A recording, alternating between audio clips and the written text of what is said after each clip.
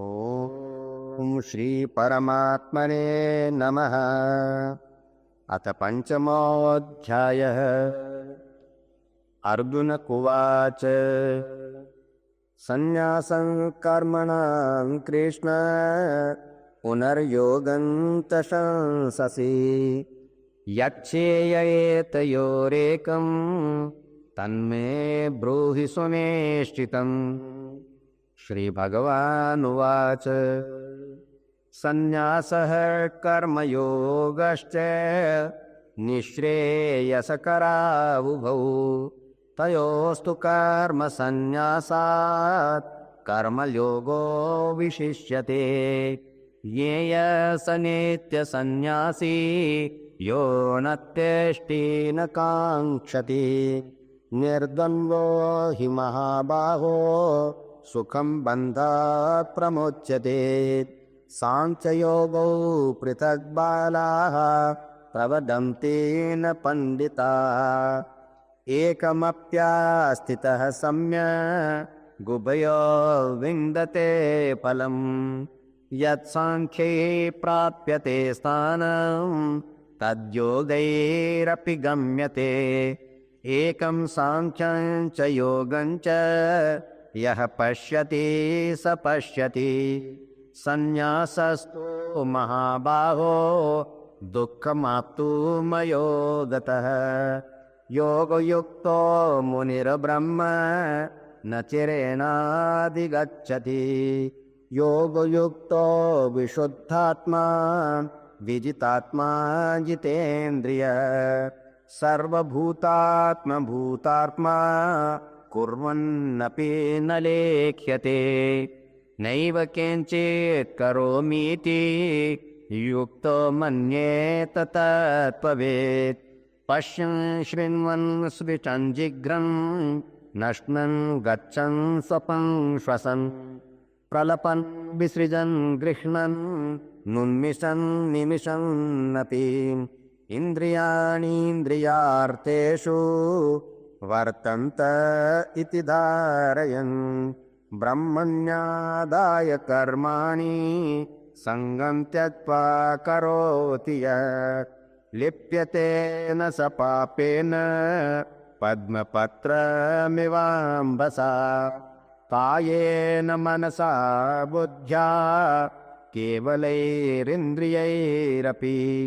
योगिनः कर्म कुर्वन्ति सङ्गं त्यक्त्वा आत्मशुद्धये। युक्तः कर्म फलं त्यक्त्वा शान्तिमाप्नोति नैष्ठिकीम्। अयुक्तः कामकारेण फले सक्तो निबध्यते। सर्वकर्माणि मनसा सन्न्यस्यास्ते सुखं वशी। नवद्वारे कुरे देहि नैव कुर्वन्न कारयन्। न कर्तृत्वं न कर्माणि लोकस्य सृजति प्रभो। न कर्म फलसंयोगं स्वभावस्तु प्रवर्तते। नादत्ते कस्यचित् पापं न चैव सुकृतं विभो। अज्ञानेनावृतं ज्ञानं तेन मुह्यन्ति जन्तवः। ज्ञानेन तु तदज्ञानं येषान्नाशिकमात्मनः तेषामादित्यवज्ज्ञानं प्रकाशयति तत्परम्। तद्बुद्धयस्तदात्मानस्तन्निष्ठास्तत्परायणाः गच्छन्त्य पुनरावृत्तिं ज्ञाननिर्धूतकल्मषाः। विद्याविनयसम्पन्ने ब्राह्मणे गविहस्तिनि शुनि चैव श्वपाके च पण्डितः समदर्शिनः। इहैव तैर्जितः सर्गो येषां साम्ये स्थितं मनः। निर्दोषं हि समं ब्रह्म तस्मात् ब्रह्मणि ते स्थिताः। न प्रहिष्येत् प्रियं प्राप्य नोद्विजेत् प्राप्य च प्रियम्।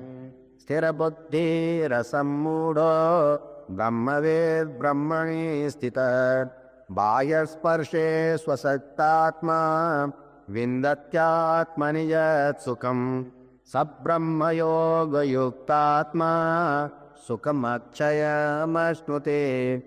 ये हि संस्पर्शजा भोगा दुःखयोनय एव ते आद्यन्तवन्तः कौन्तेय न तेषु रमते बुध शक्नोति हैव यः सोढुं प्राक्शरीरविमोक्षणात् कामक्रोधोद्भवं वेगं स युक्तः स सुखी नरः योऽन्तः सुखोऽन्तरारामस्तथान्तर्ज्योतिरेव यः स योगी ब्रह्मनिर्वाणं ब्रह्मभूतोऽधिगच्छति लभन्ते ब्रह्मनिर्वाण मृषयः क्षीणकल्मषाः छिन्नद्वैधा यतात्मानः सर्वभूतहिते रताः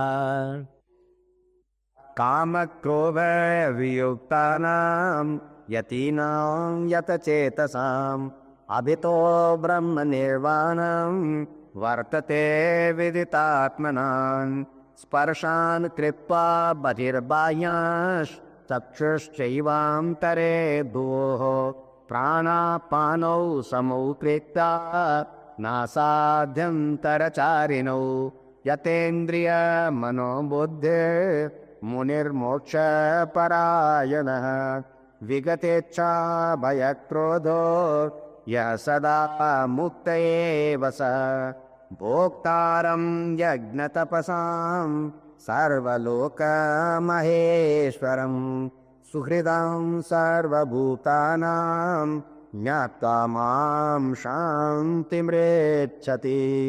ॐ तत्सदिति श्रीमद्भगवद्गीतासूपनिषत्सु ब्रह्मविद्यायां योगशास्त्रे श्रीकृष्णार्जुनसंवादे कर्मसन्न्यासयोगो नाम 5मोऽध्यायः।